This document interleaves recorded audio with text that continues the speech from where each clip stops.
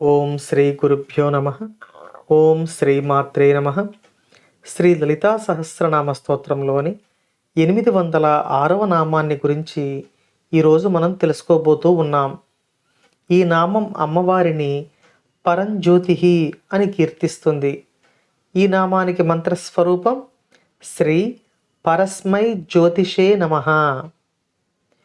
ఈ నామం నుండి వరుసగా 4 నామాలు అమ్మవారి యొక్క పరబ్రహ్మ తత్వాన్ని కీర్తిస్తూ ఉన్నాయి. ఈ నామంలో అమ్మవారు పరంజ్యోతి అని వసిన్యాది వాగ్దేవతల చేత కీర్తించబడుతున్నారు. ఈ నామానికి అర్థం తెలుసుకునే ముందు జ్యోతి అంటే ఏమిటో తెలుసుకుందాం. జ్యోతి అంటే వెలుగు, చైతన్యము, ప్రకాశము అనే వివిధ రకాల అర్థాలు ఉన్నాయి.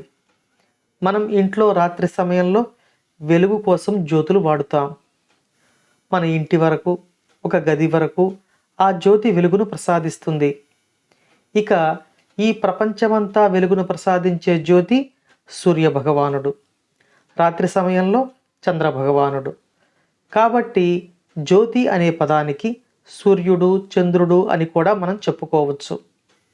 ఇక పరంజ్యోతి అంటే ఏ తేజస్సుతో, ఏ వెలుగుతో సూర్యుడు మరియు చంద్రుడు ప్రకాశిస్తున్నారో ఆ శక్తి స్వరూపాన్ని పరంజ్యోతి అని ఈ నామంలో వసిన్యాది వాగ్దేవతలు కీర్తిస్తున్నారు. దేవతాగణాలైన సూర్యుడు, చంద్రుడుతో పాటు ఇంద్రాది దేవతలు కూడా తమ యొక్క శక్తి కోసం ఈ పరంజ్యోతిని ఉపాసిస్తూ ఉంటారు. ఈ జ్యోతి కొంతకాలం వెలిగిన తర్వాత తమ వెలుగును కోల్పోయేటటువంటి జ్యోతి కాదు. ఇది శాశ్వతమైన జ్యోతి. కల్పాంతంలో సూర్య చంద్రుడు నశించిపోయినా, వారి యొక్క ఉనికి లేకుండా పోయినా, వారికి మూలమైన ఈ పరంజ్యోతి ఎప్పటికీ వెలుగుతూనే ఉంటుంది.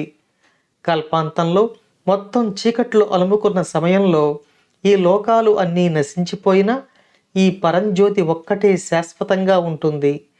కాబట్టి శాశ్వతంగా వెలిగే జ్యోతి పరంజ్యోతి. ఆ పరంజ్యోతి అమ్మవారి యొక్క స్వరూపం. కాబట్టి అమ్మవారు ఈ నామంలో పరంజ్యోతి అని వసిన్యాది వాగ్దేవతల చేత కీర్తించబడుతూ ఉన్నారు. ఈ అమ్మవారి అనుగ్రహం మనపై ఎల్లవేళలా ఉండాలని కోరుకుంటూ ఓం శ్రీమాత్రే నమః.